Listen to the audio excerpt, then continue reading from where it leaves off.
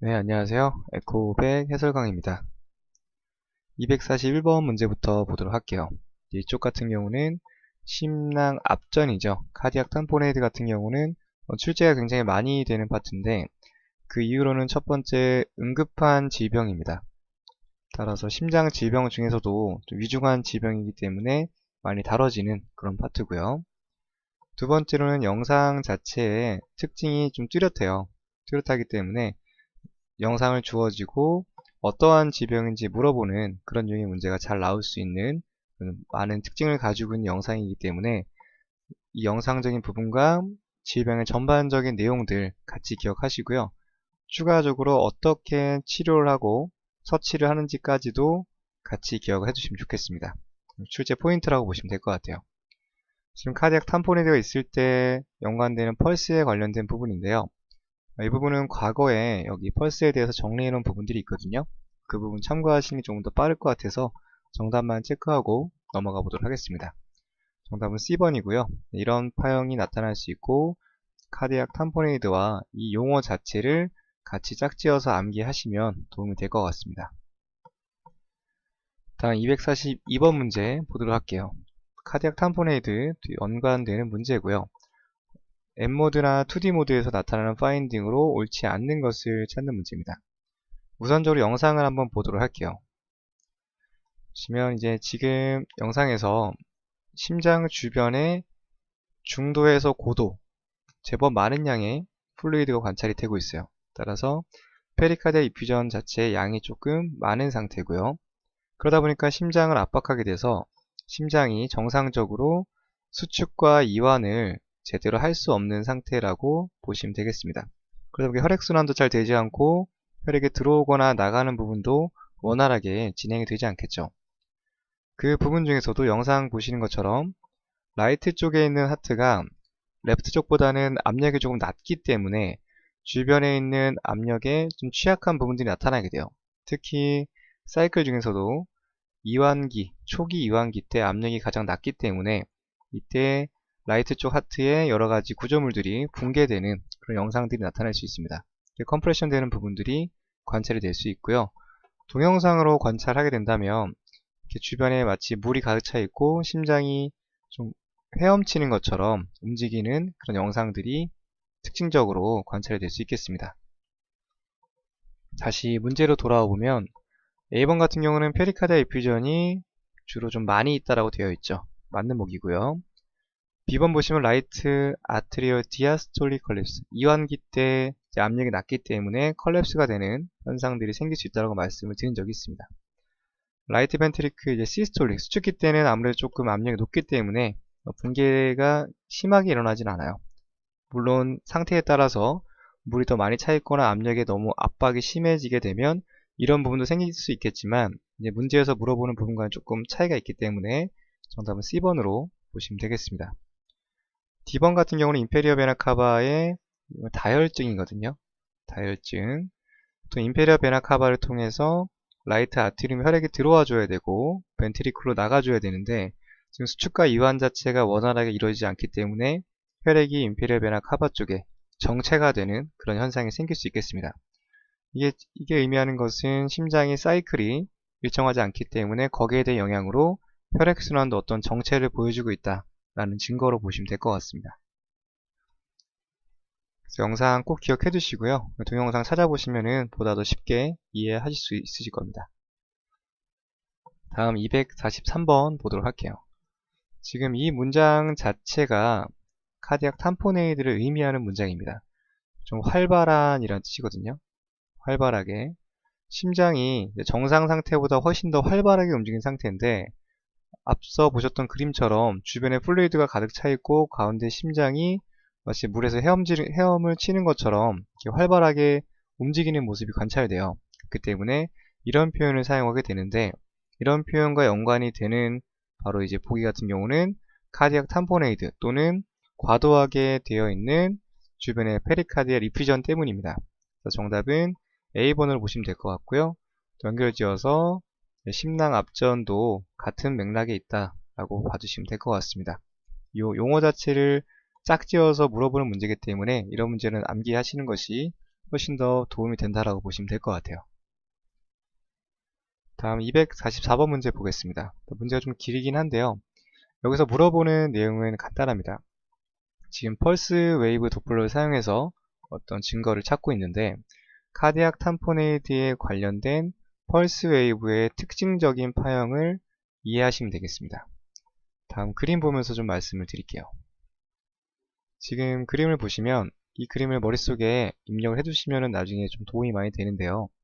숨을 들여 마시고 뱉을 때 이 주변에 있는 상황도 좀 바뀌게 돼요.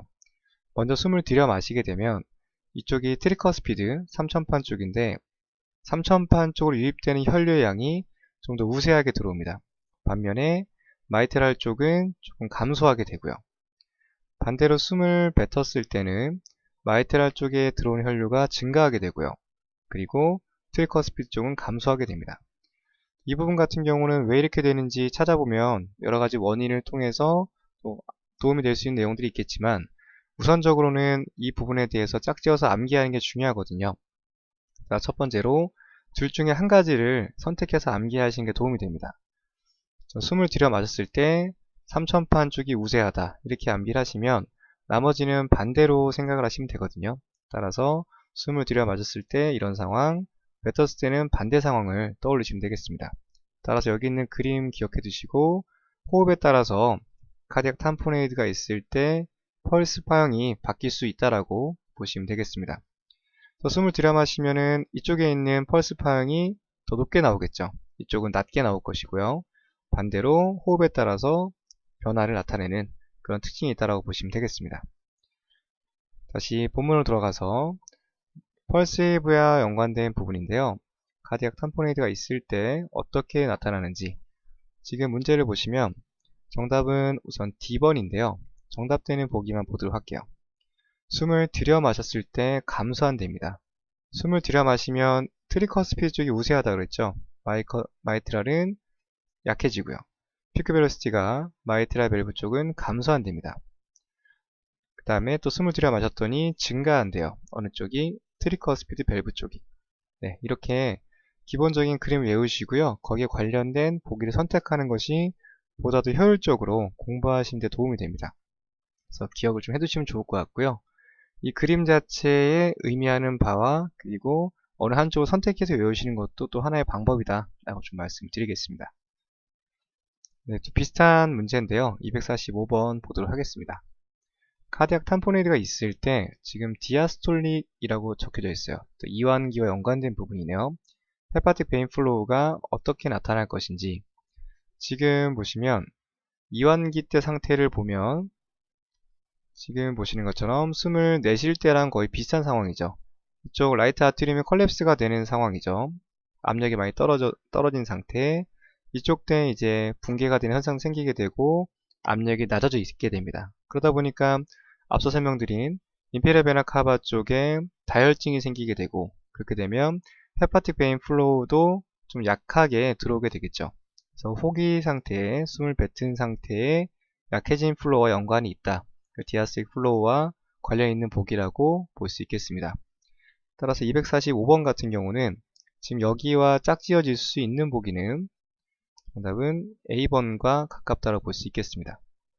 반대로 숨을 들여 마셨고 인스피레이션 한 상태에서 플로우가 어떻게 되느냐 이런 식으로 나타났다면 증가한다라고 보기 선택할 수 있겠죠. 현재 같은 경우는 이완기 상태에 라이트 아트리움의 컬랩스가 되고 있는 일반적인 모양을 떠올릴 수 있겠고요. 여기에 연관되는 상황으로는 앞서 말씀드린 그림에서 보여줬던 특징을 기억하시면서 문제를 풀어나가시면 되겠습니다. 이런 식으로 조금 연결고리를 짓는 것도 다양한 문제를 풀면서 얻게 된 좀 훈련이거든요. 따라 좀 어느 정도 베이스를 만드시고 또 관련된 부분을 암기하시면서 문제 풀이하시면 또 효율적으로 좀 풀이할 수 있을 거라고 생각이 듭니다. 네, 이것으로 강의 마치겠습니다. 감사합니다. 네, 안녕하세요. 에코오뱅 해설강입니다. 246번 문제 풀어보도록 하겠습니다. 카디악 탐포네이드 내용 이어지고 있는데요. 이게 효과적인 치료법에 대해서 물어봤어요. 앞서 강의 설명드린 적이 있는데 이쪽에서는 또 응급한 질환이기 때문에 연관되는 치료법에 관련된 내용들이 출제가 될 수 있습니다. 우선 정답으로는 D번으로 볼 수 있는데요. 우리말로 바꿔보면 심낭천자라고 볼 수 있겠죠. 보통 뒤에 이런 표현 들어가면 천자라고 볼 수 있겠습니다. 그림을 보면서 추가적인 설명을 좀 드릴게요. 보시면 이제 이쪽 주변에 페리카디알 쪽에 플루이드가 차 있는 상태죠. 보통 또 과도하게 차 있는 상태이기 때문에 뭐 자연적으로 흡수되거나 없어지지 않습니다. 양이 좀 일정량이 넘어가게 되면요. 따라서 이런 식으로 천자를 해서 이쪽에 있는 플루이드를 빼주는 어떤 처치를 하게 되겠습니다. 그래서 페리카디오 신테시스를 하게 되는데 심낭천자라는 이 부분 처치법 자체가 카디악 탐포네이드와 연관되는 그런 키워드라고 기억해 주시면 될 것 같아요. 바로 다음 문제 보겠습니다.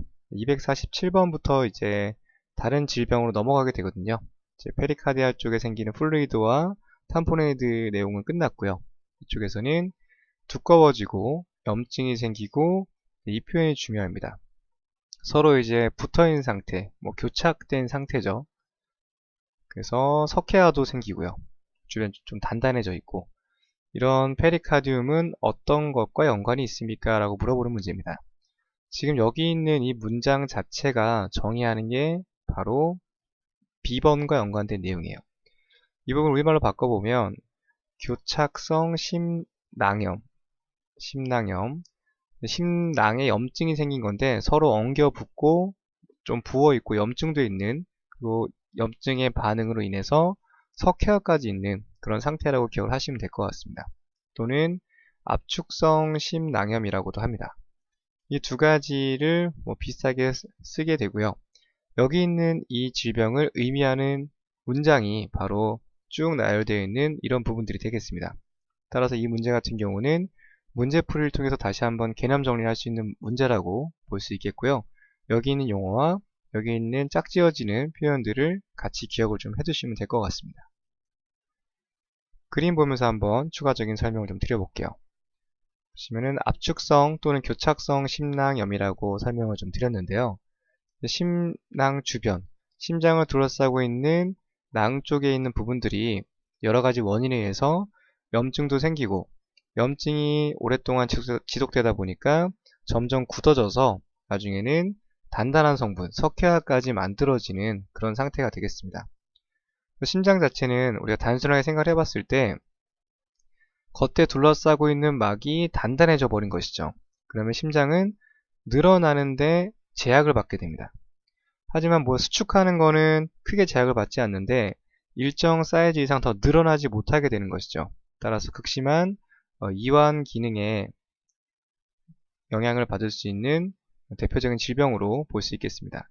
심장을 둘러싸고 있는 막의 염증이 생겨서 심장이 더 이상 늘어나지 못하고 정상적인 운동을 못하게 되는 것이죠. 중요한 포인트 한 가지는 심장을 둘러싸고 있는 가장 바깥막에 생긴 염증이라는 겁니다. 만약에 심장 근육층에 생긴 염증이라면 이거는 심근염으로 봐야겠죠. 그 심장 근육 자체에 문제가 생겨서 확진을 못한다면 여기서는 가장 바깥쪽에 생긴 막에 의한 질병이다. 두 가지 차이점이 있다는 거, 심장 레이어 쪽의 질병을 다룰 때는 어느 층에 생겼는지를 통해서 병을 구분하게 됩니다. 그래서 그런 부분들을 처음에 잘 나눠서 평가하는 것이 중요하고요. 248번 문제 보도록 하겠습니다. 이제 여기서는 생기는 원인에 대해서 다루고 있어요. 압축성 심낭염이 생기는 원인으로 옳지 않는 것은, 보통 이제 압축성 심낭염 같은 경우는 여러 가지 외상이라든지, 외상의 종류에는 과거 수술 기록도 있습니다. 심장 관련된 수술, 또 여러 가지 염증성 반응들, 다른 곳에 염증이 생겼는데 또 심장 쪽에 여러 가지 세균이라든지 바이러스 성분들이 옮겨져서 염증이 또 유발될 수 있는 상황. 그 다음에 또 많이 나올 수 있는 것이 방사선 치료, 암 치료를 위해서 방사선을 조사하게 됐는데 그 주변에 예를 들어서 보통 유방암에 걸렸을 때 유방암 치료를 위해서 이제 암 치료 조사를 하게 되는데 보통 가슴 쪽에다가 높은 양의 방사선을 조사하다 보니까 심장에까지 영향을 줄 수 있게 되는 것이죠. 이런 보통 대표적인 세 가지가 가장 압축성 심낭염이 잘 생기는 포인트라고 볼 수 있겠습니다. 첫 번째는 외상성, 염증성 또는 방사선 치료. 물론 이 외에도 굉장히 많은 원인들이 있지만 좀 대표적인 내용들로 다뤄봤고요. 그래서 A, B, C번이 거기에 해당되는 내용이라고 보시면 될 것 같습니다. 그래서 D번 같은 경우는 압축성 심낭염과 크게 연관이 없는 보기라고 선택을 좀 해볼 수 있겠습니다. 네, 다음 249번 문제 보도록 할게요. 이쪽에서는 심도자법이죠. 카테터리제이션으로 파인딩 하게 되는데, 압축성 심낭염을 심도자법으로 평가할 때 연관이 있는 것을 찾는 문제입니다. 이쪽에서는 우선 정답부터 말씀을 드리면 B번으로 분류해 볼 수 있는데요. 따로 좀 설명을 조금 드릴게요. 보통 이제 이쪽 심도자법 파트 경우도 굉장히 양이 많습니다. 또 하나의 또 깊은 학문이죠. 하지만 지금 우리가 에코백을 푸는 목적은 보통 이제 심장 초음파죠. 에코와 관련된 부분을 공부하는 어떤 학문이기 때문에 물론 이쪽 파트도 굉장히 중요하긴 하지만 우리가 집중해야 될 곳은 심장 초음파 쪽에 집중을 해야 되는 그런 부분이라고 볼 수 있습니다. 에코백에 있는 다양한 문제, 500문제나 있기 때문에 여러 파트의 문제를 담고 있긴 하지만 심장 초음파에 연관된 부분, 그래서 앞서 이제 심도자법에 관련된 피크 투 피커라든지 이런 부분들 설명드린 적이 있는데 거기서는 이제 심장 초음파와 비교해서 물어보는 문제이기 때문에 조금 깊게 다뤘던 거고요. 단독적으로 심도자법만 나오는 부분들은 사실 공부하기도 굉장히 어렵고요. 또 공부를 한다고 해서 그 시험에 출제되는 부분까지 다 맞춘다는 것은 상당히 어렵습니다. 따라서 에코백에서 다뤄지는 부분들은 보통 정답 같은 경우가 이해가 잘 가지 않더라도 그냥 스킵하는 것이 또 효과적이라고 볼 수 있어요. 왜냐하면 이거 위에도 굉장히 중요하게 다뤄지는 시험에 나올 만한 그리고 심장 초음파에 연관된 부분들이 훨씬 더 많거든요. 여기 있는 내용들에 조금 더 집중을 하는 것이 보다 더 효과적이고 또 효율적인 학습이라고 볼 수 있겠습니다. 따라서 모르는 내용이 나온다 하더라도 이게 에코와 어느 정도 연관이 있는지를 판단을 좀 해보시고 연관이 있다라고 한다면 찾아봐서 메꿀 필요가 있고요. 봤을 때 단독적으로 크게 연관이 없고 문제가 나온다 하더라도 이 문제를 겨우 이해했다고 하더라도 다음 비슷한 문제 풀이가 좀 어려울 것 같다라고 한다면 정답 정도 체크하시고 넘어가고 에코에 좀 더 집중할 수 있는 방법을 찾는 것이 보다 더 현명한 방법이라고 생각이 듭니다. 따라서 이 문제 같은 경우는 정답 B번이라고 설명을 드렸고요. 물론 이제 찾아보면 이런 식으로 카테터에 관련된 다양한 자료들을 얻을 수는 있습니다. 이런 식으로 설명도 되어 있고 따로 공부할 수는 있는데 여기에 관련된 내용도 공부하고 투자하는 시간들이 오히려 에코와 연관된 판막 질환이라든지 중요한 부분 굉장히 많잖아요. 그쪽 도플러라든지 그쪽으로 조금 더 또 힘을 쏟아서 공부하는 것이 더 현명하다고 생각이 듭니다. 따라서 좀 필요한 부분 있으시면 찾아보는 것도 물론 도움이 되는데요.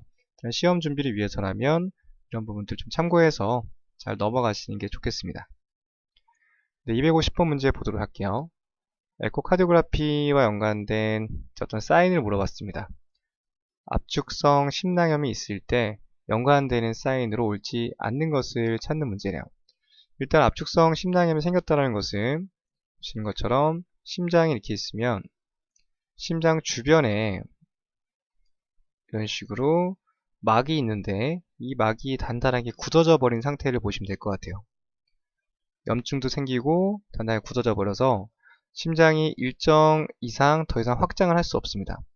혈액이 들어왔을 때 또 이완되는 모습에 영향을 받을 수 있겠죠. 그러다 보니까 어느 정도 압력이 올라가게 되면 혈액도 원활하게 잘 들어오지 못하게 되겠죠. 여러 가지 또 합병증이 생길 수 있는데요. 이러다 보니까 내부의 압력의 변화도 많이 생기고 오른쪽과 왼쪽에 또 여러 가지 또 차이점도 발생할 수 있겠습니다. 단순하게 생각해 봤을 때 심장이 늘어나는 것을 방해하는 요소가 두꺼워진 심낭이다 라는 것을 전제 조건 하에 보기를 좀 보도록 하겠습니다. 네, B번 보시면은 인페리어 베나 카바 쪽에 생기는 다혈증. 당연히 이완과 수축이 원활하지 않기 때문에 보통은 이완이 잘 되지 않습니다. 그러다 보니까 혈액이 많이 정체되어 있는 상태거든요. 그래서 유입되는 혈액이 잘 들어가지 못함으로써 이런 현상이 생길 수 있겠습니다. C번 같은 경우는 이제 레일로 트랙 사인이라 그래서 이쪽에 석회화가 생기게 되면 영상에서 조금 밝은 반점처럼 마치 기찻길처럼 보인다고 해서 불려지는 부분인데요. 마찬가지 이런 표현들 같은 경우는 여기서만 다뤄지는 보통 에코에서는 여기서만 다뤄지기 때문에 이런 게 있다 정도, 연관되는 사인이다 정도만 기억하시면 될 것 같아요. 심낭이 단단하게 굳어져서 이렇게 밝게 보여지는 부분들을 의미하는 어떤 사인이라고 보시면 될 것 같습니다. D번 같은 경우 셉탈 바운스 같은 경우는 이완 자체가 제대로 되지 않기 때문에 양쪽의 압력에도 영향을 줄 수 있겠죠. 혈액이 원활하게 되지 않으니까. 그러다 보니까 가운데 있는 압력의 여러 가지 변화에 의해서 셉탈 쪽이 좌우로 움직이는 셉탈 바운스가 생길 수 있겠습니다. 의미하는 바는 적절한 심장의 수축과 이완 자체가 원활하지 않을 때 내부에 생기는 압력차로 인해서 생겨지는 현상이라고 보시면 될 것 같습니다. 정답은 A번인데요. A번 같은 경우는 이제 EPSS라는 잘 좀 생소한 용어 때문에 헷갈릴 수가 있는데요. 이 부분 같은 경우는 여기에 연관되는 용어가 아니고요. 다른 질병에서 사용되는 부분이 많은 용어라고 보시면 되겠습니다. 우선 BCD번 먼저 정답으로 기억을 좀 해두시고 A번에 대한 설명을 좀 추가적으로 드려보도록 하겠습니다. 보통 이제 이 용어에 대해서 알고 계시면 도움이 될 것 같은데요. 보시는 것처럼 이쪽에 보통 마이트랄 밸브가 움직일 때 E 포인트, 두 번째 A 포인트가 나오게 됩니다. 첫 번째 나오는 E 포인트와 그리고 가운데 있는 셉탈, 그래서 E 포인트에서 셉탈까지의 세퍼레이션 되는 거리를 재서 평가하는 방법이라고 보시면 될 것 같아요. 보통은 이제 마이트랄 밸브가 움직이면서 보통 셉탈 근처로까지 많이 닿게 되거든요. 이쪽에 그림 보시면 마이트랄 밸브와 이 포인트와 셉탈 간의 거리가 제법 멀어져 있어요. 이게 의미하는 것은 그림으로 그려봤을 때 파라스토널 롱 뷰를 간단하게 그려보면 옆에 있는 것처럼 여기 있는 마이트랄 밸브가 움직일 때 가운데 셉탈까지 가줘야 되거든요. 여기까지 가줘야 되는데 이 거리가 멀어졌다는 것은 레프트 벤트리클이 많이 늘어났다는 겁니다. 많이 커져 있고 그리고 레프트 벤트리클의 운동성이 많이 저하되어 있다는 거예요. 보통 수축하면서 안으로 들어오면 이쪽과 잘 만나게 되는데 지금 봤을 때 많이 커져 있고 운동성이 없으니까 이 둘 사이의 거리가 점차 멀어지게 되는 겁니다. 그래서 대표적으로는 나중에 설명드릴 파트인데요. 확장성 심근염 이런 부분들에서 많이 나타납니다. 심장이 점점 확장되는 어떤 질병에서 많이 나타나게 되는 특징적인 표현인데요. 지금은 대략적으로 이 용어가 의미하는 게 어떤 건지만 기억하시면 될 것 같습니다. 첫 번째 이 포인트에서 셉탈까지의 거리고 이 거리가 늘어나면 늘어날수록 심장의 운동성이 많이 저하되어 있거나 많이 늘어나 있는 상태다 라고 좀 기억을 해두시면 될 것 같아요. 또 뒤에 또 나오게 되면 추가적으로 좀 설명을 드리겠습니다. 네, 이것으로 강의 마치겠습니다. 감사합니다. 네, 안녕하세요. 에코백 해설강입니다. 251번 문제 보도록 하겠습니다. 보시면은 컨스트럭티브 페리카다이티스 연관되는 문제고요. 도플러와 연관된 부분이에요. 마이트랄 플로우 패턴을 평가하는데 펄스 웨이브에서 관찰되는 특징적인 압축성 심낭염의 어떤 특징을 물어보는 문제가 되겠습니다. 일단 펄스 웨이브를 사용해서 마이트랄 플로우 패턴을 사용하는 이유는 바로 이완 기능을 평가하기 위한 거죠. 이완 기능이라고 하면 EAB를 평가를 해서 혈액이 정상적으로 잘 들어오게 되는지 그런 부분을 평가하는 방법이 되겠습니다. 보통 정상 EAB는 첫 번째 2가 높고 두 번째가 낮아서 보통 1보다 큰 값을 유지하는 게 정상적인 값이고요. 이 값이 반대로 되고 또는 가성 정상 상태 또는 제한성인 상태 단계별로 어떤 그레이드를 매겨서 이완 기능을 평가할 수 있겠습니다. 문제에서는 압축성 심낭염이 있을 때 생기는 이완 기능을 평가했을 때 어떻게 나타나는지 물어보는 문제예요. 봤을 때 A번 보시면 A번이 2단계죠. 정상이 아닌 두 번째 이런 식으로 반대로 된 상태고 여기 세 번째 그리고 제한적으로 이런 식으로 하는 게 네 번째가 되겠습니다. 봤을 때 일단 기본적으로 우리가 해줘야 될 것이 지금 이 부분과 이전에 배웠던 심낭 압전과 비슷한 현상들이 있습니다. 심낭 압전 같은 경우는 심장이 있으면 심장 주변에 플루이드가 차게 되면서 심장을 압박하게 되는 구조죠. 이런 식으로. 반면에 압축성 심낭염 같은 경우는 지금 심장이 있으면 심장 주변을 둘러싸고 있는 막 자체에 가장 바깥막이 단단하게 굳어져 버려서 심장이 확장하는 데 제한을 받는 그런 상태가 되겠습니다. 따라서 어떤 질병의 명칭은 다르지만 봤을 때 심장이 더 이상 잘 늘어나지 못하도록 막는 구조가 비슷하기 때문에 도플러를 사용했을 때 평가하는 방법이 이전에 배웠던 심낭 압전과 비슷한 양상을 띠고 있다라는 것 정도 먼저 기억하시면 되겠습니다. 따라서 이완 기능 자체도 뭔가 제한적이기 때문에 플로우도 제한적인 어떤 마이트랄 플로우가 검출이 될 수 있겠습니다. 따라서 정답은 C번, 제한적인 플로우라고 볼 수 있고요. 직접 도플러 영상을 보시면 이런 식으로 펄스 도플러를 마이트랄 밸브 들어오는 쪽에 놓게 되고요. 봤을 때 첫 번째 E가 상당히 높고 A파가 적거나 없는 경우도 있습니다. 이 차이가 굉장히 극심해진 상태가 제한성인 상태로 볼 수 있겠습니다. 이완하는 부분들이 제한이 있기 때문에 순간적으로 많은 양을 빨리 밀어넣게 되는 상태라고 보시면 되겠습니다. 바로 다음 문제 보도록 할게요. 이 문제 마찬가지로 앞서 설명드린 내용과 또 연관되는 부분인데요. 도플러로 어떤 압축성 심낭염을 평가할 때 어떤 증거를 찾는 건데 이전에 설명드렸던 심낭 압전이 있을 때 기억하시는 부분을 다시 떠올려 보시면 되겠습니다. 숨을 들여 마셨을 때 흡기를 했을 때 보통 트리커스피드 쪽이 우세해지고 마이트랄이 감소하는 한 가지를 기억하시면 된다고 말씀을 드린 적이 있습니다. 그 부분과 동일한 파트라고 보시면 될 것 같고요. 숨을 뱉었을 때는 이런 부분들이 반대로 벌어지게 되겠죠. 따라서 지금 컨스트릭티브 페리카르디티스와 연관되는 부분을 찾아볼 때는 여기에 해당되는 보기를 찾아보면 되겠습니다. 정답은 C번인데요. 봤을 때 증가하게 됩니다. 마이트랄 밸브의 플로우가 숨을 내쉬었을 때, 숨을 내쉬게 되면 트리커 스피드는 줄어들게 되고 마이트랄은 증가하는 양상을 보여드린다고 그림과 함께 설명드린 적이 있거든요.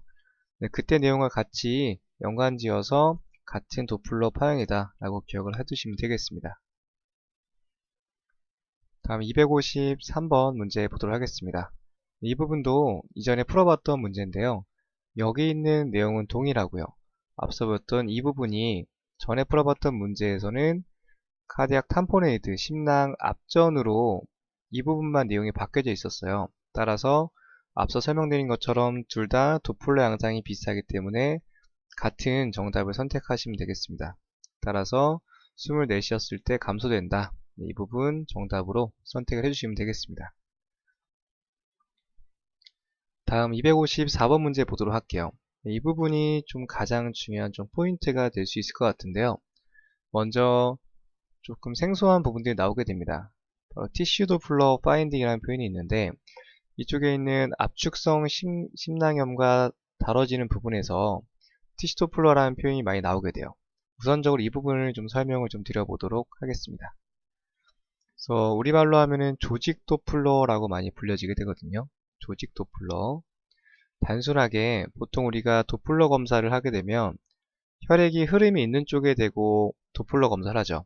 예를 들어서 앞서 설명드렸던 마이트랄 인플로우 트랙 쪽에다가 놓게 되면 EAB를 측정한다든지 이런 식으로 측정하는 게 일반적인데 조직 도플러라고 하는 것은 실제 움직임을 하고 있는 그 조직 위에다가 도플러를 설정하게 되겠습니다.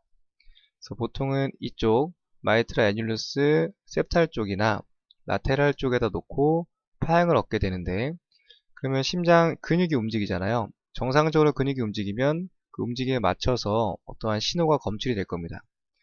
조직 도플러 같은 경우는 진폭을 응용한 방법이라고 보시면 될 것 같아요. 어떤 움직임을 통해서 신호를 얻게 되는데 정상적인 EAB와 반대로 파형이 나오게 되고요.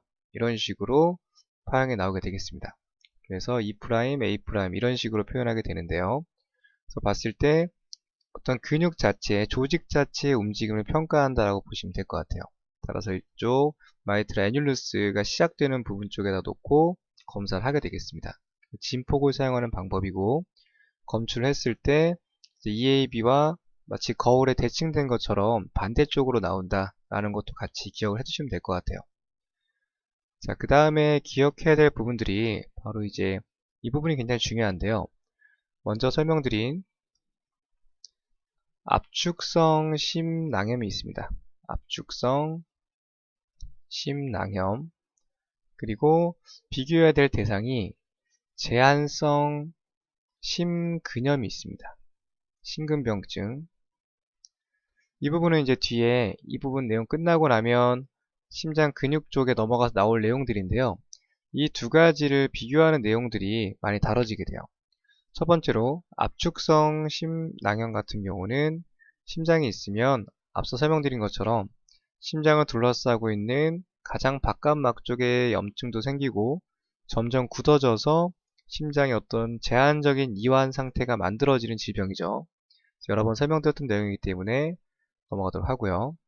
반면에 제한성 심근병증 같은 경우는 보시면은 바깥에 있는 페리카디움은 문제가 없고 안쪽에 있는 이 근육층이 여러 가지 원인에 의해서 이렇게 굳어져 버린 상태라고 보시면 될 것 같습니다. 또 움직임을 제대로 할 수 없는 상태.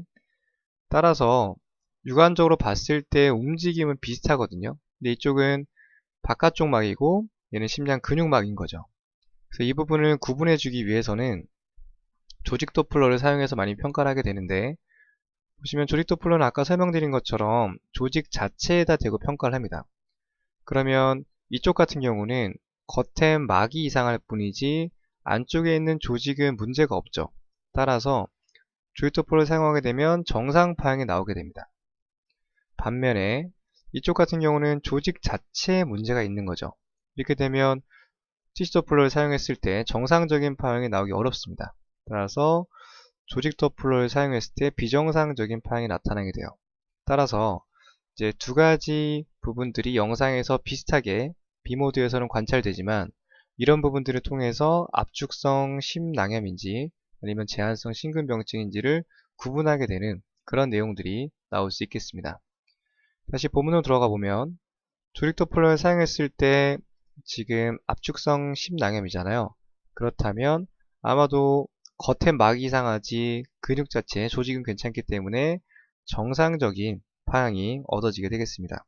따라서 이 부분 가장 큰 차이점이기 때문에 잘 좀 기억을 해두시면 좋겠습니다. 다음 255번 문제 보도록 할게요. 보시면 이제 이쪽은 좀 특징적인 내용들인데 마찬가지로 조직 도플러 파인딩인데요. 마이트라 애뉰루스 그리고 컨스트릭티브 페리카다이티스가 있을 때 특징적으로 나타내는 어떤 도플러, 조직 도플러 파형에 대해서 물어보는 문제입니다. 이 부분은 조금 영상과 함께 좀 설명을 좀 드려보도록 하겠습니다. 보통 이제 일반적으로 검사를 하게 되면 보시면은 먼저 그림으로 그려 설명을 좀 드릴게요. 일반적으로 우리가 에코 검사를 했을 때 얻게 되는 그림에 대해서 말씀을 좀 드리겠습니다. 보통 이제 두 군데에다가 측정을 하게 되거든요. 그래서 안쪽에 있는 septal 쪽과 바깥쪽에 있는 lateral 쪽, 이쪽을 septal 쪽이라고 하고, 보통 얻게 되는 파형이 이 안쪽에서 얻었을 때보다 바깥쪽에 얻게 되는 파형이 값이 정상일 때 더 높게 나옵니다. 예를 들어서 이쪽 파형이 이런 식으로 나왔다고 한다면 바깥쪽 같은 경우는 조금 더 높은 값이 측정이 된다는 것이죠. 근데 만약에 제한적으로 이쪽에 이완 장애가 생기게 되면서 레프트 아트리움의 프레셔가 올라가게 됩니다. 이렇게 압력이 올라가게 되면 가운데 있는 septal 쪽이 여러 가지 압력 차이에 의해서 서로 약간 바운싱이 일어나게 돼요. 그 움직임이 생기게 되는데 과도한 움직임이 심해질수록 안쪽에 있는 septal 쪽의 조직 도플러 값이 상승하게 됩니다.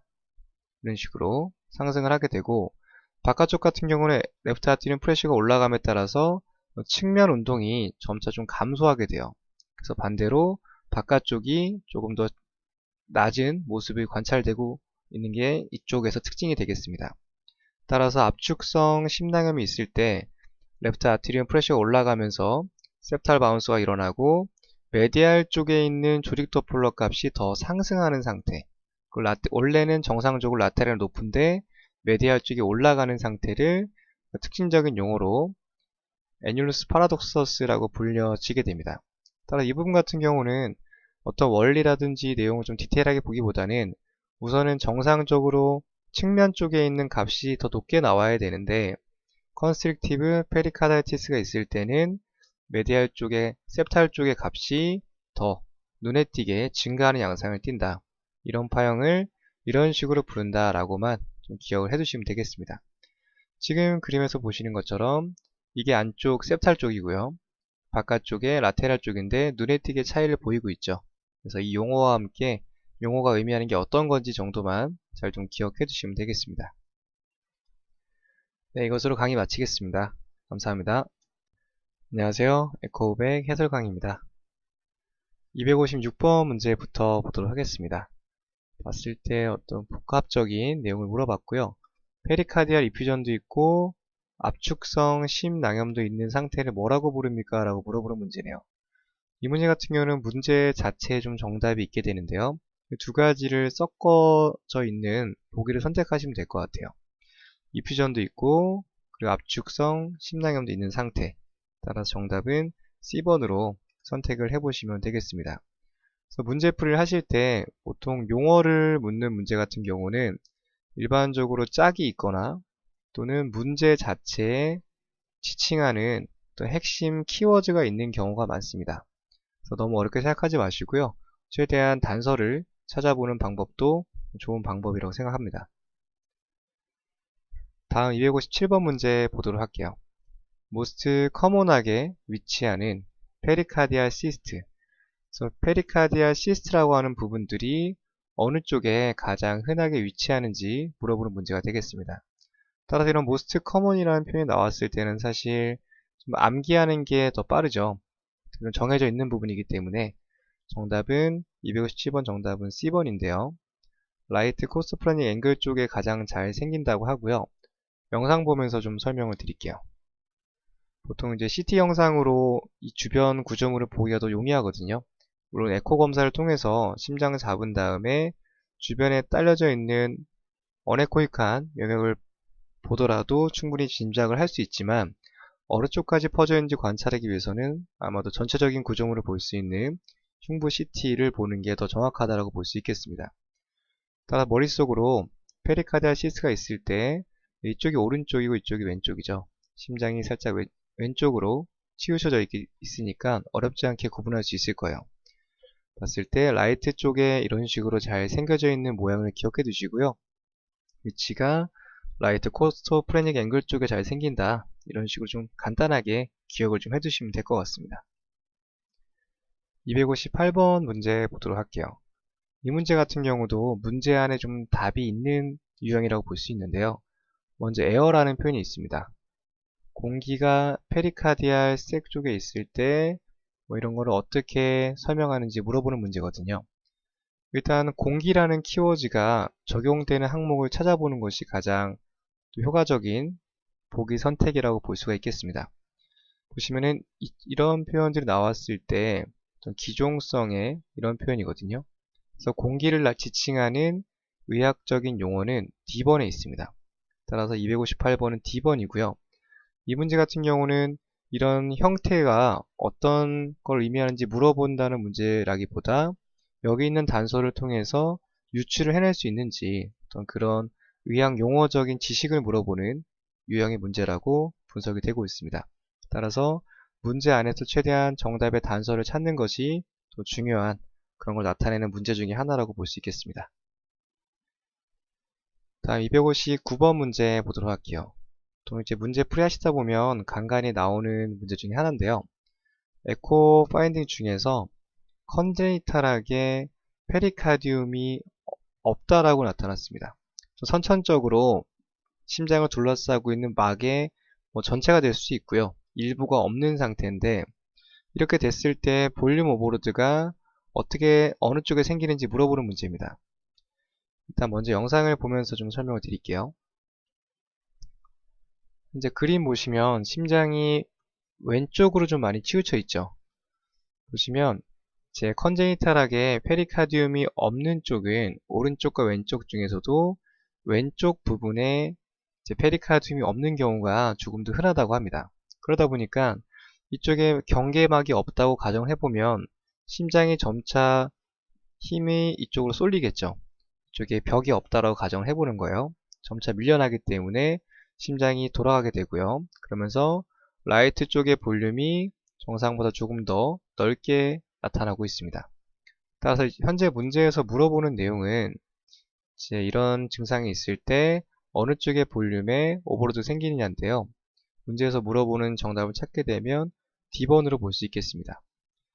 우선적으로 기억해야 될 것은 컨제니탈하게 페리카드움이 없는 쪽은 오른쪽보다는 왼쪽에 흔하고요. 따라서 영상에서 보신 것처럼 왼쪽으로 치우쳐져 있는 모양을 머릿속에 좀 기억을 해두시면 될 것 같아요. 그런 식으로 치우쳐져 있고 라이트 쪽에 이런 식으로 넓어진 원래 상태보다 조금 더 넓게 포진되어 있는 라이트 하트를 좀 기억해 두시면 되겠습니다. 자, 그 다음으로는 또 추가적으로 말씀을 드리면 컨제니탈하게 페리카드움이 없다고 하더라도 만약에 특별한 증상이 없으면 따로 치료하진 않고요. 어떤 증상의 유무에 따라서 치료가 결정되게 됩니다. 하지만 이 질병 같은 경우 굉장히 드물기 때문에 조금 크게 다뤄지지 않는 부분들이 있고요. 아마 여기에 관련된 문제는 깊게 다뤄지지 않을 것으로 예상을 좀 해볼 수가 있겠습니다. 네, 이제 페리카디알 디즈는 끝났고요. 이쪽에 이제 고혈압이죠. 시스테믹과 풀모너리 쪽에 생기는 고혈압, 전신고혈압, 그리고 폐동맥 고혈압 관련된 질병 파트로 넘어가 보도록 하겠습니다. 260번 문제 보도록 할게요. 마찬가지로 모스트 커먼한 어떤 원인을 물어봤습니다. 시스테믹 하이퍼텐션에 관련된 모스트 커먼한 원인. 마찬가지로 이런 부분들은 바로 정답을 확인한 다음에 암기하는 것이 보다 더 효과적이라고 볼 수 있겠는데요. 정답은 A번입니다. 그래서 비특이적으로 특발성으로 생기는 경우가 보통 90%가 된다라고 보시면 될 것 같아요. 밑에 있는 BCD번 같은 경우는 보통 이제 프라이머리한 경우보다는 세컨더리한 경우죠. 지금 뭐 레날 쪽에 문제가 생겨서 혈압이 올라간다든지 뭐 갈색 세포종에 의해서 혈압이 올라간다. 그 다음에 대동맥 축착에 의해서 세컨더리한 반응이기 때문에 지금 문제에서 물어보고자 하는 본질적인 원인과는 조금 거리가 있어 보입니다. 물론 A, B, C, D 모두 다 원인은 될 수 있지만 문제에서 물어보고자 하는 모스트 커먼한 경우 전체의 90% 정도를 차지하고 있습니다. 네, 프라이머리한 시스테믹 하이퍼텐션이 따라서 특발성으로 생기는 경우가 가장 흔하다. 이 부분 기억해 두시면 될 것 같습니다. 네, 이것으로 강의 마치겠습니다. 감사합니다. 네, 안녕하세요. 에코백 해설강입니다. 261번 문제부터 보도록 하겠습니다. 보시면은 시스테믹 하이퍼텐션과 또 연결되는 내용이 되는데요. 연관되는 파인딩으로 적합하지 않는 것을 찾는 문제입니다. 시스테믹 하이퍼텐션이 있을 때 보여지는 것과 관련이 없는 것을 찾아보도록 하겠습니다. 우선은 레프트 벤트리클에서 에이올타로 가는 이 길목에서 굉장히 큰 많은 영향을 받게 되죠. 더 높은 압력으로 혈액을 내보내줘야 전신으로 갈 수 있기 때문에 레프트 벤트리클 느끼는 부담 자체가 좀 늘어나는 상황을 생각하시면 될 것 같아요. 레프트 벤트리클 두꺼워질 수가 있고요. 영향으로 레프트 아트리움도 같이 커질 수가 있겠습니다. 그리고 레프트 벤트리클이 두꺼워지다 보니까 마찬가지로 매스도 증가할 수 있겠죠. 정답은 C번이고요. 이 부분은 크게 시스테믹 하이퍼텐션과 연관이 없는 보기라고 보시면 될 것 같습니다. 그림 보면서 한번 설명을 좀 드릴게요. 보시면은 이제 혈관 자체가 더 높은 압력에 노출이 되기 때문에 벽 자체가 조금씩 단단해지게 됩니다. 그러다 보니까 동맥 경화라고 하죠. 동맥벽 자체가 살짝 단단해지면서 이런 식으로 경화된 물질들이 축적되게 되는 그런 질병도 이런 혈압 관련된 부분과 연관이 있게 되죠. 따라서 레프트 벤트리클 자체에서 더 높은 압력으로 혈액을 에올타 쪽으로 내보내줘야 되기 때문에 이러한 과정 속에서 벤트리클은 두꺼워지게 되고요. 그렇기 때문에 레프트 아트리움도 같이 커지게 되고 매스도 증가하게 되겠습니다.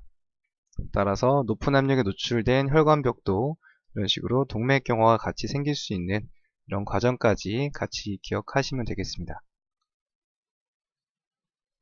지금 에코 영상 보실 건데요. 보통 좀 진행이 된 상태에서 영상에 좀 특징이 나타날 수가 있고요. 시스템 하이퍼텐션이 다 있다고 해서 바로 나타나기보다는 조금 시간 자체가 이런 요소도 좀 필요하다라고 볼 수가 있겠습니다.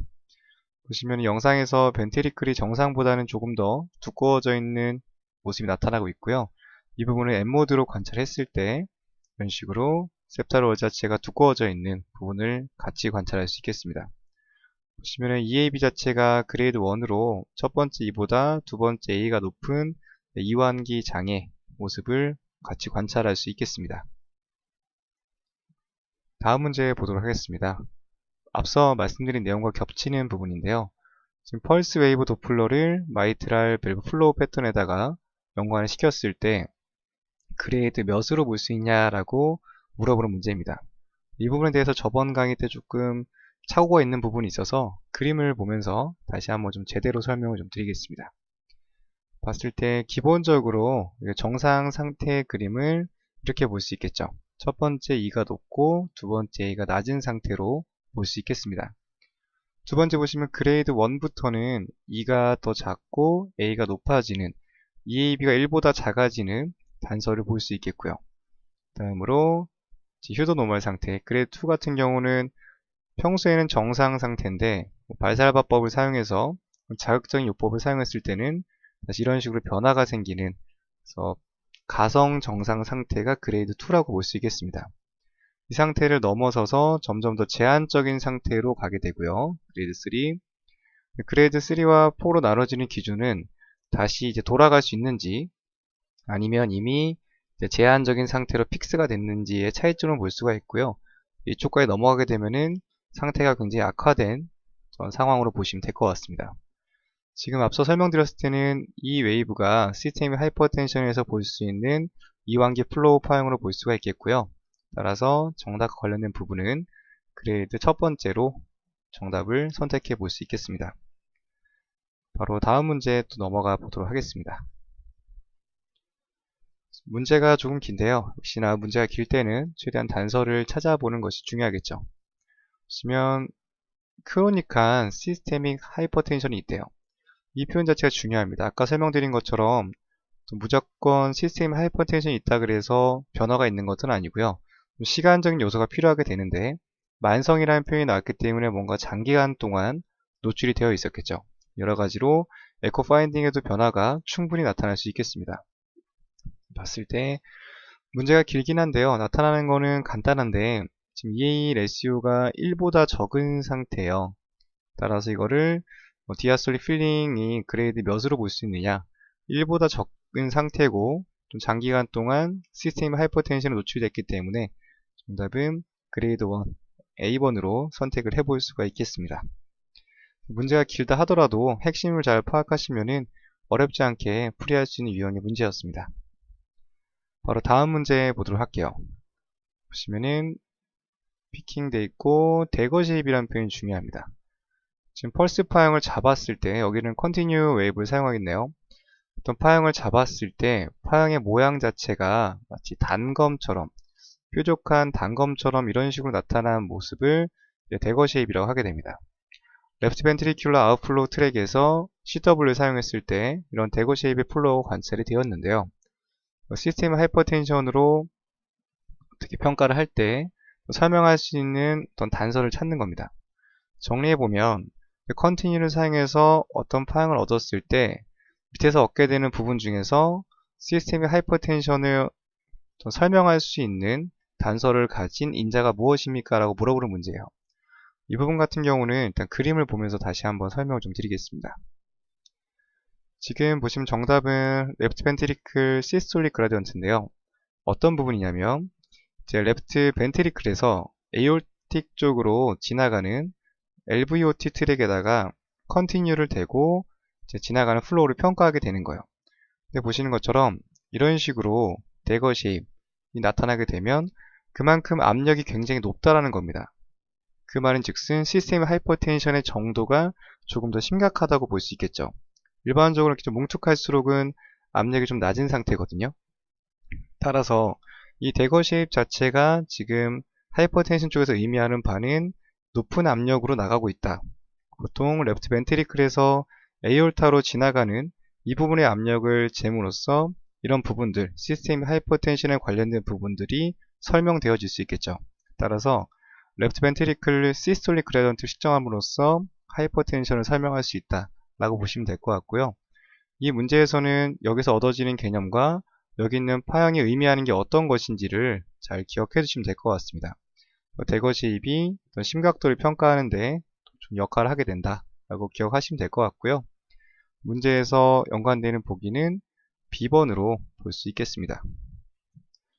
기본 개념을 물어보는 유형의 문제라고 보시면 될 것 같습니다. 265번 문제 보도록 할게요. 네, 이 문제 같은 경우는 이제 파악을 잘 하셔야 되는데 지금 밑에 있는 보기 중에서도 세컨더리한 풀모너리 하이퍼텐션에 대해서 연관이 없는 것을 물어봤어요. 지금 여기서 세컨더리라는 표현 자체는 어떤 합병증의 증거입니다.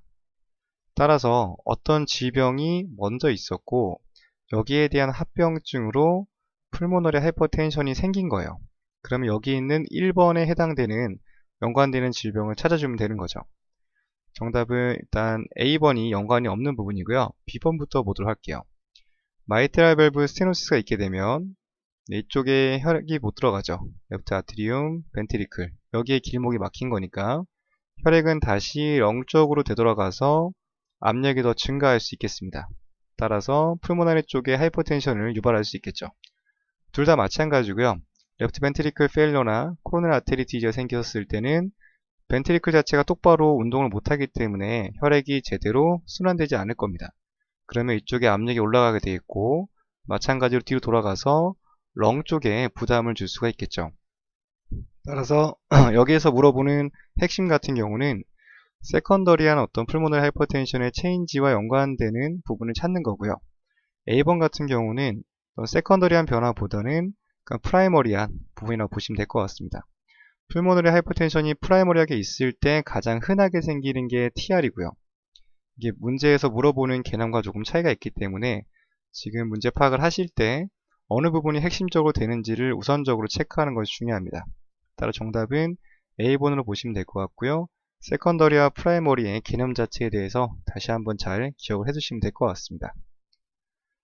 네, 이것으로 마치겠습니다. 감사합니다. 네, 안녕하세요. 에코백 해설강입니다. 266번 문제부터 보도록 하겠습니다. 문제 보시면은 어떤 환자에 대한 전반적인 히스토리가 나와 있는데요. 한번 읽어보도록 하겠습니다. 44세 여성분이고요. 호흡곤란과 히스토리상에서 스모킹, 담배를 폈다거나 심장 질병은 나타나지 않고 있다고 합니다. 따로 없는 반면에 두드러지게 증가되어 있는 풀모너리 아테리 프레셔, 이게 의미하는 바 자체가 지금 풀모너리 하이퍼텐션이라고 의심을 해볼 수 있겠죠. 가장 가까운 것을 찾는 건데요. 정답은 우선적으로 B번이라고 좀 설명을 드릴 수 있겠습니다. 보통 지문에서 이 부분과 연관되는 몇 가지 단어만 좀 정리해 보도록 하겠습니다. 보통 프라이머리하게 생기는 풀모너리 하이퍼텐션 같은 경우는 여성에게 많이 생기고요. 그러니까 가족력이라는 단어가 나오게 되면 같이 참고돼서 기억해 주시면 될 것 같습니다. 패밀리하게 생긴다든지 이런 표현들, 부모님께서 이런 게 있었다든지 이런 가족력을 참고하시면 될 것 같고요. 보통 젊은 여성 20에서 한 40대 정도, 지금 지문에서도 한 44세 정도였잖아요. 보통 우리가 65세 이상을 이제 올드한 걸로 봤을 때 밑으로 볼 수 있겠습니다. 젊은 여성에서 잘 생길 수 있고요. 또는 다른 히스토리가 따로 없더라도 지금 위에서 주어진 프라이머리하게 생기는 풀모너리 하이퍼텐션 같은 경우는 여성, 가족력, 그리고 젊은 이런 표현들이 나오게 되면 우선적으로 폐동맥 고혈압을 의심해 볼 수 있겠습니다. 이런 부분들에서 잘 생긴다라는 포인트만 기억해 두시면 될 것 같습니다.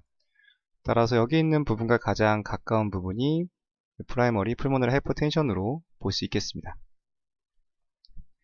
바로 다음 문제 보도록 하겠습니다. 이 문제 같은 경우는 N모드 파인딩을 물어보는 문제네요. N모드 파인딩과 연관이 있는 것을 찾는 건데요. 풀모너리 하이퍼텐션의 엠모드 파인딩입니다. 이 문제 같은 경우는 좀 출제가 될 가능성이 좀 있어요. 그래서 한번 내용 보도록 하겠습니다. 우선 정답부터 말씀을 드리면 A번이라고 볼 수 있는데요. 여기 있는 A 웨이브에 대해서 좀 알아보도록 하겠습니다. 지금 그림을 보시면 파라스터널 숏 엑시스 B에서 잡게 되는 엠모드 파인딩입니다. 이런 식으로 빔을 잡게 돼서 정상 상태에서는 이런 식으로 이게 A 웨이브라고 볼 수 있는데요. 이런 식으로 나오는 게 정상인데 지금 다른 그림보다 밑에 있는 이 하이퍼텐션 부분이 좀 특이하죠. 보시면은 약간 이런 식으로 한번 들어갔다가 나오는 모습을 나타내고 있습니다. 그래서 풀모너리 하이퍼텐션의 특징적인 모습이고요. 지금 보시는 것처럼 여기는 깊이와 좀 다르게 좀 얕게 들어갔다가 나오는 모습을 나타내고 있습니다. 지문에서는 없거나 또는 얕은 보시면은 없거나 얕은 A, 뭐 살짝 담그다 이런 표현이거든요. 그래서 풀모너리 밸브가 좀 얕게 담궈지는 듯한 모습을 나타내고 있다. 이 문장 자체를 조금 암기해 두시면 도움이 될 것 같고요. 의미하는 바는 방금 설명드린 것처럼 이런 식으로 나타난다고 보시면 될 것 같습니다. 또 실제 영상 한번 보시면서 설명을 좀 드릴게요. 지금 보시면 이런 식으로 한번 열렸다가 닫혔다가 다시 열리는, 그래서 보통은 미드 시스톨릭 너칭, 그래서 뭐 절은 이라는 표현이라고 우리말로 하게 되는데요. 살짝 이렇게 움푹 패인 듯한 모양을 나타내는 용어라고 보시면 되겠습니다. 비슷한 용어로는 플라잉 W 사인이라고 해서 W 모양으로 보여진다는 표현도 같이 기억하시면 될 것 같아요. 앞에 내용 나왔다가 W 사인 이런 표현 나오게 되면 뭔가 이게 하이퍼텐션 쪽과 연관이 있는 엠모드 파인딩이구나 라고 대략적으로 기억을 해두시면 되겠습니다. 가장 나올 만한 부분이기 때문에 물론 다른 부분도 출제가 될 수 있지만 보통 엠모드 상에서 측정하는 부분으로 좀 제한적인 요소들이 있거든요. 그래서 가장 좀 나올 만한 부분 위주로 봐주시면 되겠습니다. 그래서 정답 체크해 봤고요. 실제 영상도 같이 기억해 두시면 되겠습니다. 다음에 268번 문제 보도록 하겠습니다. 봤을 때 에코 파인딩이 연관되는 내용이네요. 풀모너리 하이퍼텐션이 있고요. 여기에 봤을 때 에코 파인딩으로 옳지 않은 것을 찾는 문제입니다. 이 문제 같은 걸 좀 간단하게 풀 수 있는데요. 우선은 풀모너리 하이퍼텐션 자체가 라이트 쪽 하트와 연관이 많죠. 예를 들면 라이트 벤트리클에서 풀모너리 쪽 넘어가니까 라이트 아트리움, 기타 등등 질병이 생기는 쪽이 오른쪽에 연관되는 키워드가 많습니다.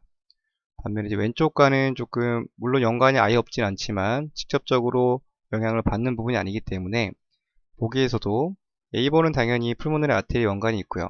B번 라이트 벤트리클, 트리커스피드 역류 연관되는 부분인데 C번 같은 경우는 어브도미널 에어틱 애뉴리즘은 랩 쪽 하트와 연관이 있는 부분으로 조금 더 가까이 생각해 볼 수 있겠습니다. 네, 따라서 정답은 C번으로 볼 수 있겠습니다. 다음에 269번 문제 보도록 하겠습니다. 이 문제 같은 경우는 풀모너리 하이퍼텐션이 있을 때 나타나는 2D 모드 파인딩에 대해서 물어본 거예요. 봤을 때 이제 어떤 특징이 나타날 것인지 그림부터 먼저 보도록 하겠습니다. 네, 그림 보시면요. 지금 이제 이쪽으로 라이트 벤트리클에서 풀모너리 아테리로 넘어가는 길목입니다.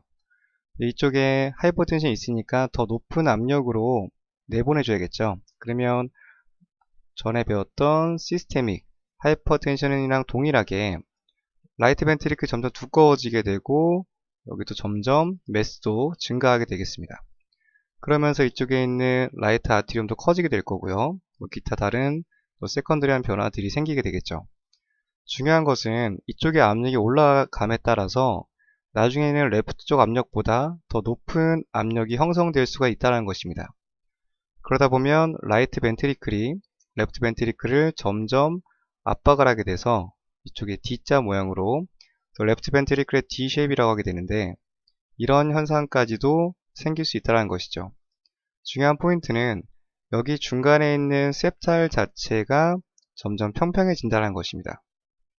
따라서 이 septal이 평평해진다는 것의 의미는 라이트 벤트리클의 압력이 상승했다는 것이고, 여기에 상승할 만한 여러 가지 질병이 있겠지만 또 대표적으로 풀모너리 하이퍼텐션이 될 수 있겠죠. 따라서 문제에서 물어보는 내용으로 돌아와 보면, 지금 2D 파인딩에서 풀모너리 하이퍼텐션이 있을 때 연관되는 파인딩을 찾는 겁니다. 그래서 정답은 B번으로 볼 수 있는데요. 플래트닝, 평평해졌다, 인터벤트리큘러 septum이 벤트리클 시스톨릭 때, 수축기 때 가장 높은 압력이 형성이 되기 때문에 라이트 쪽의 압력이 레프트 쪽보다 커져서 이쪽을 압박하는 그런 양상이라고 보시면 될 것 같습니다. 그래서 이 부분 같은 경우는 파인딩 자체를 두 짝을 지어서 좀 기억을 해두시면 도움이 될 것 같습니다. 다음 270번 문제 보도록 하겠습니다. 내용 보도록 할게요. 어떤 풀모너리 아테리 프레셔 카디악 도플러를 사용해서 측정을 하려고 하는데 관련이 없는 것을 찾는 겁니다. 마찬가지로 라이트 쪽과 연관되는 키워드가 있고 레프트가 따로 있죠. 네, 지금 보시는 풀모너리 아테리 프레셔 같은 경우는 라이트 쪽과 더 연관되는 내용이 더 많습니다. 그래서 보기에서 이쪽과 관련된 부분들은 해당되는 항목으로 볼 수 있겠죠. B번과 C번, D번 같은 경우는 라이트 쪽과 짝이 지어지는 부분이라고 볼 수 있고요. 마이트랄 리거테이션 같은 경우는 라이트보다는 레프트 쪽에 조금 더 연관이 되는 키워드라고 볼 수 있겠습니다. 정답은 A번으로 선택을 해보시면 될 것 같습니다. 네, 이것으로 강의 마치겠습니다. 감사합니다.